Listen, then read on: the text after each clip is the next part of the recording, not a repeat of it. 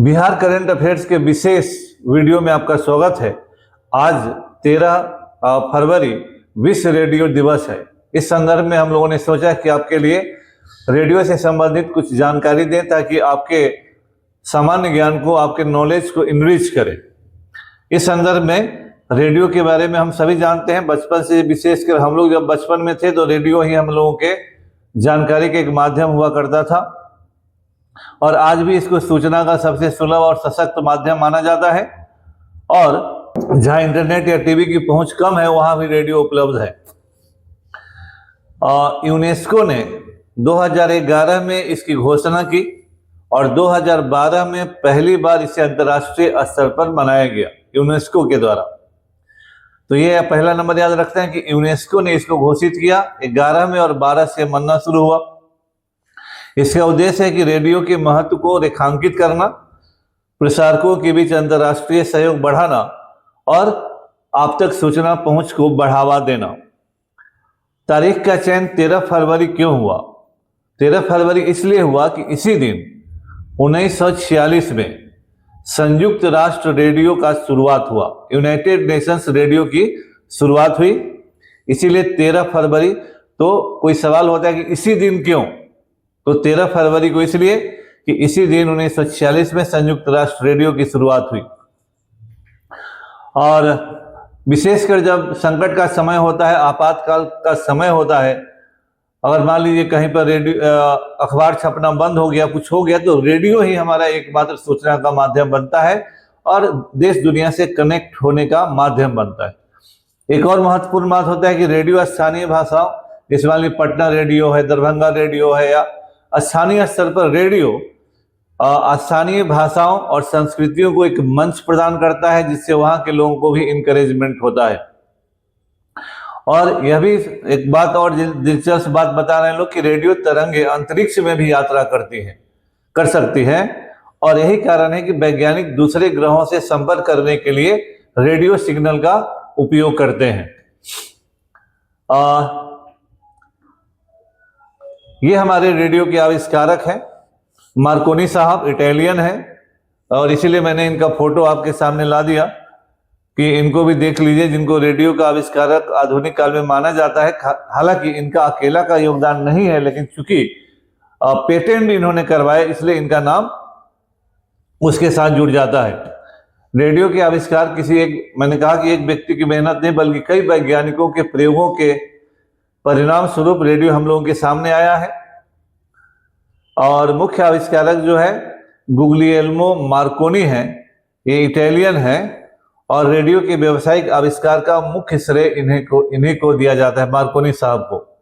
1895 में उन्होंने पहली बार एक सफल वायरलेस टेलीग्राफी सिस्टम बनाया।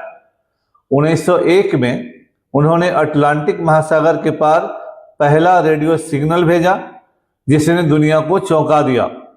इस कार्य के लिए उन्हें 1909 में भौतिकी का नोबेल पुरस्कार मिला। फिजिक्स का नोबेल पुरस्कार 1909 में मार्कोनी साहब को मिला।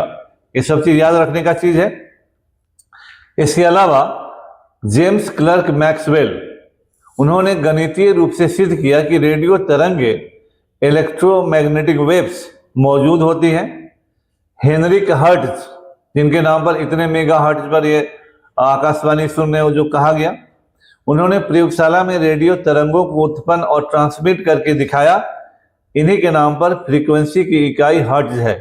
जो अभी मैंने कहा, हमारे देश के जगदीश चंद्र बोस ने, भारतीय वैज्ञानिक ने मार्कोनी से भी पहले मिलीमीटर तरंगों का प्रदर्शन किया था, लेकिन इनके साथ बैड लक यही हुआ कि इन्होंने अपने काम का पेटेंट नहीं किया, नहीं तो जगदीश चंद्र बोस को ही वो श्रेय मिलता जो मार्कोनी को मिला। आगे चलकर निकोला टेस्ला, उन्होंने रेडियो के लिए बुनियादी डिजाइन और पेटेंट तैयार किए। अमेरिका के सुप्रीम कोर्ट ने बाद में स्वीकार किया कि रेडियो में टेस्ला के पेटेंट की भी बड़ी अहम भूमिका थी। इसमें हम लोग इसका जो रेडियो विकास का जो समय रेखा टाइमलाइन है, तो 1887 में हेनरिक हर्ट्ज ने रेडियो तरंगों को खोजा। 1894 में जेसी बोस ने कलकत्ता में वायरलेस सिग्नल का प्रदर्शन किया। 1906 में पहली बार रेडियो पर संगीत और मानवीय आवाज गूंजी। 1920 में पहला कमर्शियल रेडियो स्टेशन पिट्सबर्ग में शुरू हुआ। अब हम भारत में भी रेडियो के दौर को देखते हैं। भारत में जो इसकी शुरुआत रेडियो क्लबों से हुई। आज यह आकाशवाणी ऑल इंडिया रेडियो के रूप में दुनिया के सबसे बड़े रेडियो नेटवर्क में से एक है। हम क्रॉनिकल एकेडमी से हैं। यूपीएससी के लिए हमारे यहाँ हिस्ट्री ऑप्शन का पढ़ाई उस स्टैंडर्ड से होता है जिस स्टैंडर्ड के सवाल यूपीएससी में पूछे जाते हैं। बिहार में हम लोग एकमात्र ऐसे संस्थान हैं जो ऑप्शनल में हिस्ट्री आपको पढ़ाते हैं। उसके साथ आपको हम लोग जीएस मेंस और प्रीलिम्स के भी हिस्ट्री पोर्शन को कवर करते हैं और सिलेबस को कॉम्प्रिहेंसिवली कवर करते हैं। समय कुछ लगता है क्योंकि जब आप उस लेवल पर पढ़ाई करते हैं हिस्ट्री का जहाँ से सवाल इम्तहान में आ जाए तो बहुत विस्तृत पढ़ना पड़ता है। स्टडी मटेरियल सब कुछ हम प्रदान करते हैं और 91 से हम लोग पढ़ा रहे हैं हिस्ट्री ऑप्शनल को। हम आगे बढ़ते हैं। भारत में रेडियो की शुरुआत 1923। भारत में रेडियो प्रशासन की पहली गूंज रेडियो क्लब ऑफ बॉम्बे के द्वारा सुनी गई। इसके बाद कोलकाता और मद्रास में भी रेडियो क्लब बने। 1927 में प्रसारण को व्यवस्थित करने के लिए इंडियन ब्रॉडकास्टिंग कंपनी IBC बनाई गई। पहला स्टेशन मुंबई 23 जुलाई 1927 को और दूसरा कोलकाता 26 अगस्त 1927 को शुरू हुआ। 1936 में एक बदलाव हुआ जब 8 जून 1936 को इसका नाम बदलकर ऑल इंडिया रेडियो AIR कर दिया गया। 1936 में ये AIR ऑल इंडिया रेडियो हुआ।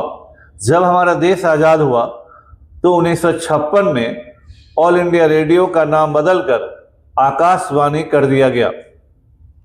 आकाशवाणी शब्द हमारे देश के प्रसिद्ध कवि सुमित्रा नंदन पंत के सुझाव पर रखा गया। इसको भी याद रखिएगा, यह नाम सुमित्रा नंदन पंत जी के द्वारा सुझाया गया। 1957 में 1957 में लोकप्रिय विविध भारती सेवा की शुरुआत हुई जो फिल्मी गानों और मनोरंजन के लिए घर घर प्रसिद्ध हुई। विविध भारती से आज भी आप बहुत सारे गाने सुनते हैं। हमारे रेडियो के बारे में भारत के लिए कुछ खास बातें। आपातकाल के दौरान, आपातकाल का साथी यानी आपातकाल नहीं मतलब आज़ादी की लड़ाई के दौरान सुभाष चंद्र बोस ने 1942 में आज़ाद हिंद रेडियो के द्वारा भारतीय नागरिकों को संबोधित किया। 1942 में ही बॉम्बे में और कई जगहों पर गुप्त रेडियो की स्थापना हुई और जो क्रांतिकारी लोग थे वो इन रेडियो के माध्यमों से अपने संदेश प्रसारित करते थे। आज आकाशवाणी भारत की 99% से अधिक आबादी तक पहुंचती है। 23 भाषाओं में 179 बोलियों में इसकी प्रसारण करती है। आज डिजिटल युग के अनुसार इसने बदलाव किया है और न्यूज ऑन एयर एक ऐप है। आप प्ले स्टोर पर जाएंगे तो न्यूज ऑन एयर है ऐप, डाउनलोड कर लीजिएगा मोबाइल पर। तो उस पर भी अपने मोबाइल पर भी आप रेडियो के विभिन्न प्रसारणों को सुन सकते हैं। भारत का पहला रेडियो विज्ञापन कमर्शियल एडवर्टीजमेंट्स 1967 में विविध भारती पर प्रसारित हुआ। तो ये रहा रेडियो का सफर। रेडियो हर आदमी का अभिन्न हिस्सा रहा है अपने जीवन में। पहले के ज़माने में क्रिकेट की कमेंट्री और सब कुछ का माध्यम रेडियो ही हुआ करता था। जसदेव सिंह, सुशील दोषी का हम लोगों ने नाम सुना, उस दौर का रेडियो है। और यूपीएससी के लिए क्रॉनिकल एकेडमी एक रिलायबल नाम है। हम बिहार के हैं, हम जब से हैं तब से हैं। हम बाहर वाले नहीं हैं कि कभी घाटा हुआ तो अपने दरवाजे पर ताला बंद किए, चाबी पॉकेट में रखे और उड़ गए। हम तब भी थे, हैं और रहेंगे। हम अपने राज्य के दूसरे जनरेशन के लोगों को पढ़ा रहे हैं। इस बात का हमें गर्व है कि 91 से हम लोग बिहार की धरती पर रुके हुए हैं। हालांकि चकाचौंध से दूर हैं, आडंबर से दूर हैं, उसमें थोड़े पीछे तो हो गए हैं, लेकिन हम अपने नियम सिद्धांत और स्टैंडर्ड से पीछे नहीं हैं। वह देश का कोई भी शिक्षक हो, कोचिंग संस्थान हो, हम उस स्टैंडर्ड को मेंटेन करते हैं। दिखावा नहीं है, एडवर्टाइजमेंट का चकाचौंध नहीं है, लेकिन हम जो हैं वो हैं। और आप सबों का हमारे यहाँ स्वागत है।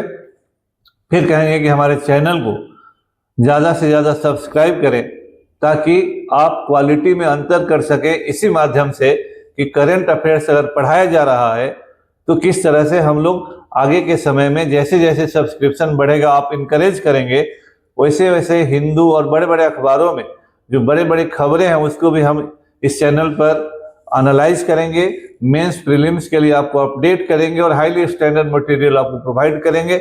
बहुत बहुत धन्यवाद।